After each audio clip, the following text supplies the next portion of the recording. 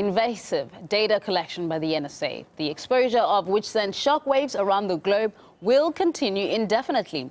The move was outlined during Barack Obama's speech on the operations of the intelligence agency, which introduced a number of reforms, yet, as many say, failed to tackle major privacy issues. RT's Sam Sachs reports.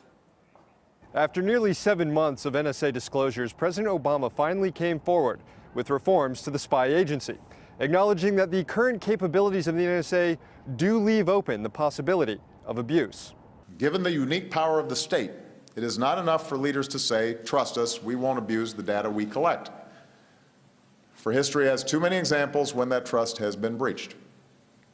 Our system of government is built on the premise that our liberty cannot depend on the good intentions of those in power. The president addressed the NSA's most controversial program, Section 215 bulk telephone metadata collection. Basically, the president no longer wants the government to be in control of these massive metadata databases. But that doesn't mean the president wants to get rid of bulk collection. In fact, the bulk collection of virtually every American's metadata will continue indefinitely. And the new restrictions announced by the president, requiring the NSA to obtain FISA court approval before searching all that metadata, doesn't satisfy privacy advocates who argue the FISA court has acted and will continue to act as a rubber stamp. Nothing in Obama's speech put any reined in this collected all approach.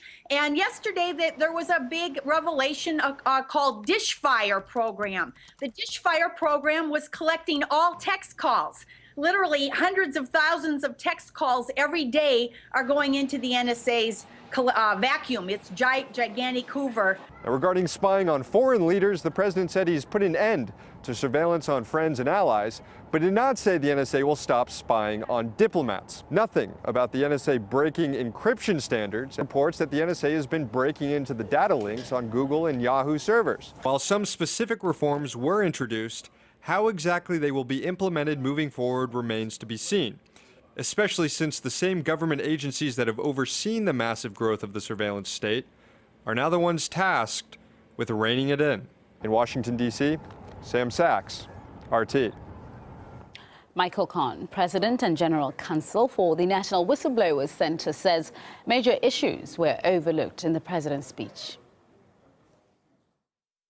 American people are looking for is, what are you going to do when you have a whistleblower like Mr. Snowden who has critical information that the American people have a right to know? He did not address that issue. It's being swept under the rug.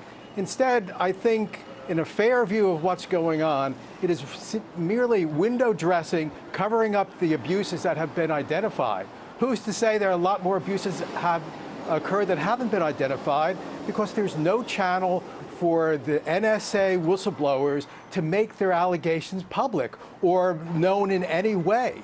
So at best, it's window dressing. It punts a lot to Congress to try to fix the problem, and it addresses in no way how the American people have a right to understand the abuses of our government.